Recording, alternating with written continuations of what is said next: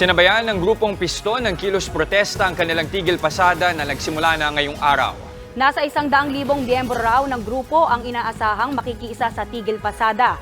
Live mula sa Quezon City, nasa fronte ng balitang yan si Gerard de la Peña.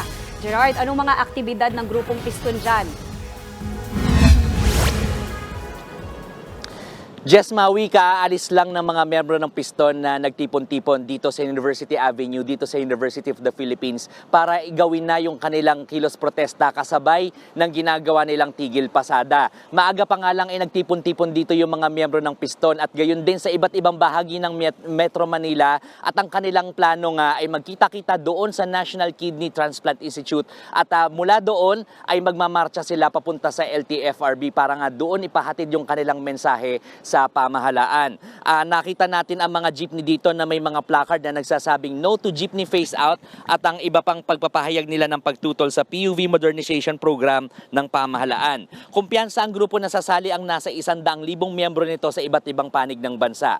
Ayon kay Camo de Floranda, 2 taon silang hindi nakabiyahe noong pandemya, kaya naman kaya nilang tiisin ang 2 araw na walang kita, maipaabot lang sa pamahalaan ang kanilang mensahe.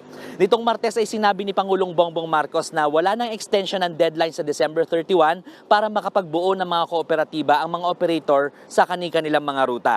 Pero ipipilit pa rin daw ng Piston ang kanilang pagtutol sa programa.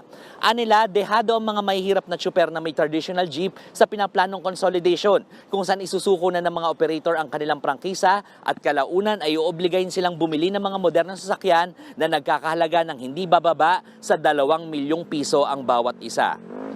Jess Maui, sa mga oras ito ay ipagpalagay natin na nandun na sa NKTI ang mga miyembro ng Piston at nagsisimula na silang maglakad papunta nga sa LTFRB. Paalala lang doon sa mga motorista ngayong araw na ito at bukas kahit merong strike ay tuloy pa rin ang number coding scheme at ito raw ay para masiguro na maayos ang daloy ng trapiko ngayong holiday season.